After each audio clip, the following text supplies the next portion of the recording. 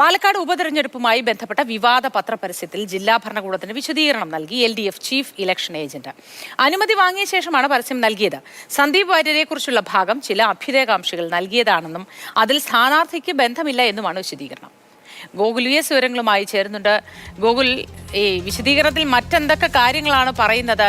ഇത് ഒരാൾ കൊടുത്ത വിവരത്തിന്റെ അടിസ്ഥാനത്തിൽ ആണ് വാർത്തകൾ നൽകിയതല്ല, പരസ്യം നൽകിയത്.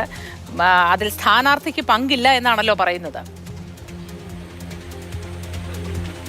അതായത് നിലവിലിപ്പോൾ LDF കൊടുത്ത വിശദീകരണം, ജില്ലാ മോണിറ്ററിംഗ് കമ്മിറ്റിക്ക് നൽകിയ വിശദീകരണത്തിലാണ് ഈ കാര്യങ്ങൾ പറയുന്നത്. ഈ സിറാജ് നൽകിയ ഈ പരസ്യത്തിൽ അതിൽ മറ്റ് കാര്യങ്ങളൊന്നും തന്നെ ഉണ്ടായിരുന്നില്ല. സാധാരണ അനുമതി എടുത്ത കണ്ടന്റ് ഏതാണോ അത് മാത്രമേ നൽകിയിട്ടുള്ളൂ. അതിനപ്പുറത്തേക്കൊന്നും ഈ രണ്ട് പത്രങ്ങൾക്കായി നൽകിയിട്ടില്ല എന്നുള്ളതാണ് പറയുന്നത്.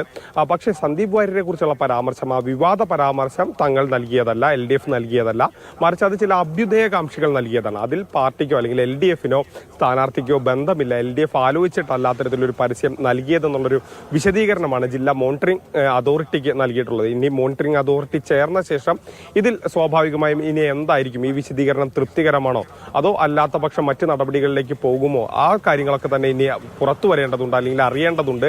ഏതായാലും ഇത്തരത്തിലൊരു വിശദീകരണമാണ് നൽകിയത്. ഈ പരസ്യത്തിന്റെ വിവാദ ഭാഗങ്ങളെക്കുറിച്ച് തങ്ങൾക്ക് ബന്ധമില്ല എന്ന് മാത്രമാണ് ഇപ്പോൾ വിശദീകരണത്തിൽ പറയുന്നത്.